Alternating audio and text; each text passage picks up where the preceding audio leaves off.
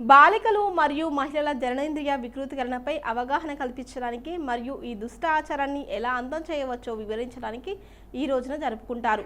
స్త్రీ జననేంద్రియ వికృతీకరణ అనేది మానవ హక్కుల కింద నేరం. ఇది ప్రపంచవ్యాప్తంగా అనేక మంది మహిళలు, బాలికలను ప్రభావితం చేస్తుంది. ఈ చెడు ఆచారం వారి గౌరవానికి భంగం కలిగిస్తుంది, వారి ఆరోగ్యాన్ని దెబ్బతీస్తుంది, వారికి విపరీతమైన నొప్పిని ఇస్తుంది. ఈ చెడు అభ్యాసం వల్ల చాలాసార్లు వాళ్ళు చనిపోతారు కూడా. స్త్రీ జననేంద్రియ వికృతీకరణ అంటే ఏమిటి?